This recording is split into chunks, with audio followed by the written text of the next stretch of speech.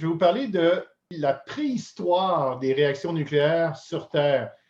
Aujourd'hui, il y a des réactions nucléaires là, dans nos réacteurs nucléaires, on a aussi des bombes nucléaires, mais dans la préhistoire, donc avant même que l'humanité apparaisse, il y a eu des réactions nucléaires sur Terre. Ce n'est pas une erreur, pourtant on n'est pas une étoile, on est juste une planète. Pour comprendre pourquoi, il faut que je vous parle un petit peu du fait que la Terre contient toutes sortes d'éléments chimiques qui ont été produits dans des étoiles qui ont explosé avant la formation du système solaire. Je vous montre un exemple d'étoile qui a explosé dans la constellation de Cassiopée, diamétralement opposée du centre de la galaxie. Si on fait un zoom, on voit là quelque chose qui a l'air d'une sphère en expansion. En fait, c'est une sphère de gaz en expansion. Puis regardez ici les années qui roulent. C'est très subtil, mais vous voyez qu'avec les années, la sphère grossit tranquillement. Ce qu'on vous voyez en ce moment, c'est le vestige d'une explosion d'étoiles qui a eu lieu il y a à peu près, on l'a observé il y a 450 ans sur Terre. C'est à 11 000 années-lumière, donc ça a eu lieu il y a 11 450 ans. Et puis, la lumière a pris 11 000 ans à nous parvenir. Puis ensuite, ça fait 450 ans qu'on la voit s'expandre comme ça. Si on regarde à différentes longueurs d'onde, on est capable de voir les raies d'émission de différents éléments chimiques. Donc, on est capable de voir que, effectivement, comme la théorie le dit, lorsqu'une étoile explose, tous les éléments plus lourds que l'hydrogène et l'hélium qu'elle a générés lors de sa vie sont relâchés dans l'espace interstellaire pour former éventuellement de nouvelles générations d'étoiles. Donc, il y a eu des explosions, peut-être pas rien qu'une, plusieurs explosions d'étoiles juste avant la formation du système solaire. Certaines ont peut-être donné une onde de choc qui a compressé un nuage de gaz qui est devenu notre système solaire. Puis la matière fraîchement générée par ces supernovas s'est incorporée à notre système solaire. C'est comme ça que la supernova construit à peu près tout le tableau périodique. Il y a des réactions nucléaires dans les étoiles, puis ça libère de l'énergie tant qu'on se rapproche du fer. Mais une fois qu'on est au fer, si on va aller plus loin dans le tableau périodique, c'est des réactions qui absorbent de l'énergie. Mais lors d'une supernova, une explosion d'étoiles, il y a tellement d'énergie disponible que tout le reste du tableau périodique se construit jusqu'à l'uranium, puis incluant des isotopes qui sont radioactifs.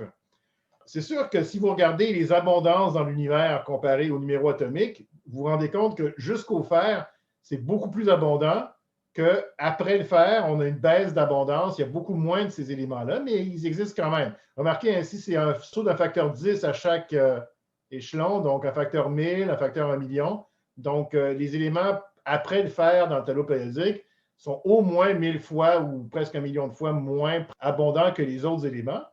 Mais ils sont là, incluant par exemple le thorium et l'uranium, qui sont des matériaux radioactifs, mais qui ont des longues durées de vie. Donc ça, c'est ce qu'on a en ce moment sur Terre. On a encore des éléments radioactifs partout dans les roches, à l'intérieur de la Terre.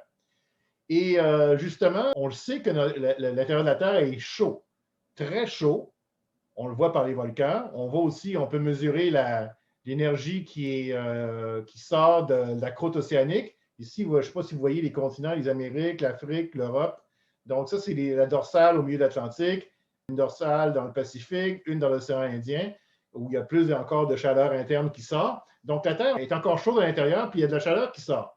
On pourrait penser que c'est seulement un vestige de la formation de la Terre, mais 4,56 milliards d'années plus tard, il ne devrait pas rester beaucoup d'énergie comme ça résiduelle. La raison que l'intérieur de la Terre est chaud, c'est que il y a en fait 4 isotopes principaux radioactifs qu'on retrouve dans les roches, dans la Terre. Donc, le potassium 40, le thorium-232, l'uranium-235 puis l'uranium-238, qui ont des demi-vies qui sont assez longues.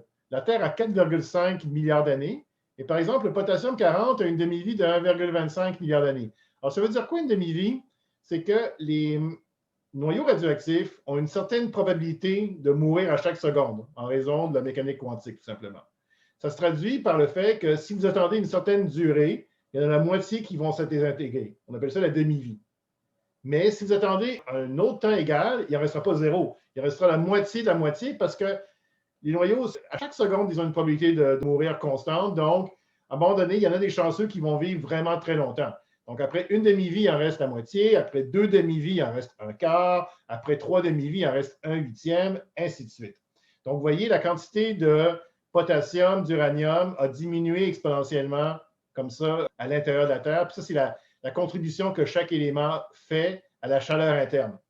Si vous voyez, par exemple, le potassium avec une demi-vie d'1,25 milliard d'années, vous voyez, au début, il était responsable de la majorité de la chaleur de la Terre, mais après 1,25 milliard d'années, il restait la moitié des faits, ensuite le quart de l'effet, tandis que le thorium, par exemple, qui envoyait moins d'énergie dès le début, bien, lui, il n'a presque pas diminué parce que la demi-vie du thorium, c'est un peu plus que l'âge de l'univers. Actuellement, s'il y avait du thorium qui avait été formé au début de l'univers, il y en aura encore un peu plus que la moitié qui survit. Puis c'est sûr qu'il y a d'autres matériaux radioactifs. On va parler du plutonium-239. Sa demi-vie, c'est 24 000 ans. Fait que s'il y avait du plutonium-239 de présent dans la Terre au début, bien, il n'y en avait plus presque instantanément là, par rapport à l'âge de la Terre. Donc, il y a vraiment 4 isotopes comme ça qui sont responsables de la grosse majorité de la chaleur interne de la Terre. L'uranium-235, on va en parler beaucoup aujourd'hui. Dans l'uranium, dans un échantillon d'uranium, si vous avez une mine d'uranium, puis vous produisez de l'uranium, vous allez vous rendre compte qu'il y a 99,3 % d'uranium qui est de l'uranium-238, puis 0,71 % qui est de l'uranium-235. Mais ça, c'est aujourd'hui sur Terre. Si on tournait dans le passé, vu que l'uranium-235 s'est désintégré plus vite, sa proportion augmenterait dans le passé. Pourquoi je vous parle de l'uranium-235 en particulier? Parce que c'est le seul isotope qui existe encore en quantité appréciable sur Terre, là, dans le sol puis dans les roches. C'est le seul isotope qui a la propriété de pouvoir faire une réaction en chaîne soutenue avec les neutrons qu'il produit lui-même. Quand un uranium-235 se désintègre par lui-même, il y a une certaine probabilité très faible, ben, sa demi-vie, c'est 700 millions d'années. Mais dans un échantillon d'uranium-235, il y a tout le temps un ou deux qui sont malchanceux, c'est leur temps est arrivé, fait qu'ils se désintègrent. Quand ils se désintègrent, ils feraient 2 fragments plus petits, puis ils libèrent des neutrons. En moyenne, ils libèrent entre 1 à 7 neutrons. Enfin, en moyenne, c'est 2,4. Si un des neutrons qu'ils libèrent frappe un autre uranium, ça ne fera pas 700 millions d'années en moyenne. Ça va le briser instantanément. Et ce bris-là va peut-être produire 2 ou 3 neutrons. Vous voyez qu'il y a une possibilité comme ça que la réaction devienne exponentielle. Qu'une fission en produise 2, qu'en produise 4, 8, 16, 32. Est-ce que ça pourrait exploser? Oui, justement. Et c'est ce qu'on appelle une réaction en chaîne. Bon, ce n'est pas tous les neutrons qui vont aller fissionner d'autres uranium-235. Il y en a qui vont être absorbés par l'uranium-238. Puis l'uranium-238, lui, il est radioactif. Des fois, il se désintègre. Quand il se désintègre, il peut émettre des neutrons. Mais quand lui absorbe un neutron, il fait juste se transformer en plutonium-239. Et il ne se désintègre pas. Donc, il est un mauvais joueur pour une réaction en chaîne. S'il y a trop d'uranium-238 comparé à l'uranium-235, l'uranium-238 va absorber les neutrons, puis il n'y aura pas de réaction en chaîne. Un morceau d'uranium, c'est sûr que c'est légèrement radioactif, parce que ça se désintègre très lentement, mais ça ne va pas commencer à faire une réaction en chaîne, parce que l'uranium-238 est un mauvais joueur. Si on pouvait avoir de l'uranium-235 plus concentré, et aussi ça prend une masse qu'on appelle la masse critique. Si vous avez un tout petit morceau d'uranium-235, quand il y a un atome qui se désintègre et qui produit des neutrons, les neutrons vont probablement sortir de l'échantillon avant de rencontrer un autre noyau. C'est tout petit, un noyau au centre d'un atome, donc ça ne fera pas de réaction en chaîne. Mais si la taille de l'échantillon est assez grande, là, on a la probabilité que les neutrons trouvent d'autres noyaux avant de sortir de l'échantillon est assez grande. En fait, ce qui est important pour avoir une réaction en chaîne, c'est que chaque désintégration en induise au moins une. C'est comme le facteur R avec l'épidémie de COVID. Si chaque personne infectée infecte au moins une personne, la COVID est contente parce que ça va, plus qu'une, c'est encore mieux, là, pour rester en vie, la COVID, et même progresser. Hein. Si chaque personne infecte 2 personnes, ben oui, ça grossit exponentiellement. Tandis que si chaque personne infecte en moyenne moins qu'une personne, l'épidémie va mourir. On est là au Québec en ce moment, on est relativement stable, on commence à monter, mais on a été stable pendant un bout. Le moment où on était stable, c'est qu'en moyenne, chaque personne qui était infectée infectait une personne. Fait que ça se stabilisait. Là, notre facteur R, il est peut-être monté à 1,1 ou 1,2. Chaque personne infectée en infecte 1,1 ou 1,2 en moyenne. Puis c'est assez pour commencer une exponentielle croissante. Si on était à la place que chaque personne infectait en moyenne 0,9 personnes, on serait en exponentielle décroissante et on irait vers 0. Fait que vous voyez, c'est pour ça que c'est important. Des fois, une toute petite différence fait toute la différence. si le fait de porter un peu plus de personnes qui portent des masques ou un petit peu plus de personnes vaccinées ou d'avoir le couvre-feu 1 heure plus tôt, ça peut faire, si dans une région comme ça, une province, ça fait passer le facteur R de 1,1 à 0,9, tout de suite, on change complètement de futur. Au lieu d'avoir hors contrôle, on a la disparition de l'épidémie.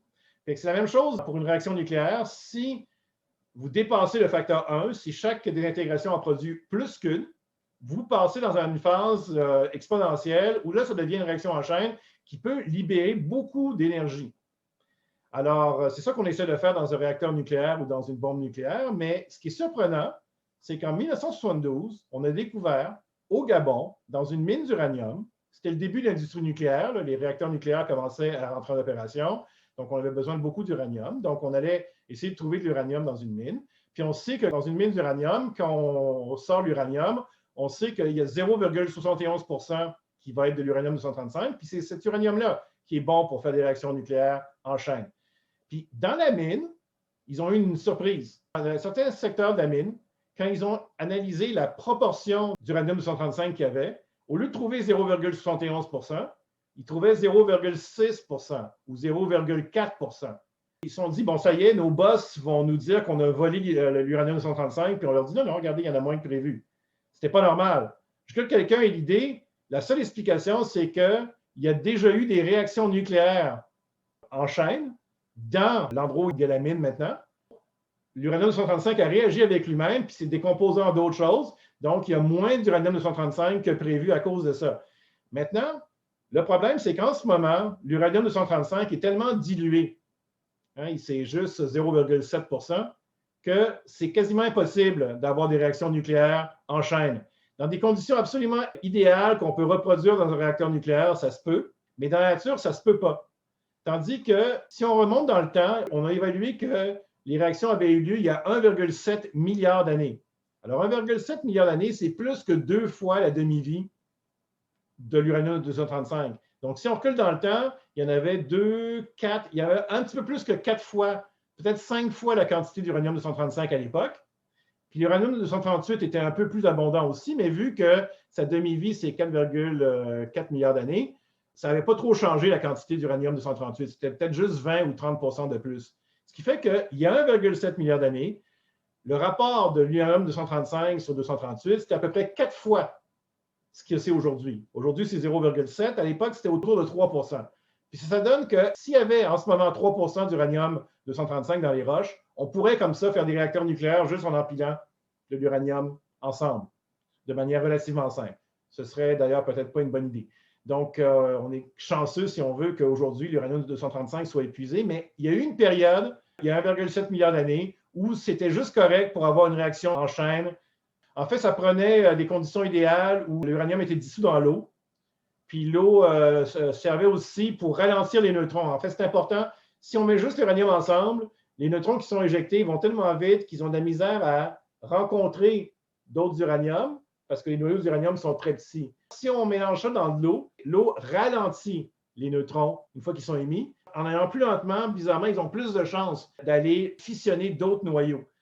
Et on pense donc qu'il y a eu une période idéale sur Terre, il y a 1,7 milliard d'années. Avant ça, il n'y avait pas d'oxygène dans l'atmosphère, puis ça donne que l'uranium, pour se dissoudre dans l'eau, il faut d'abord qu'il soit oxydé.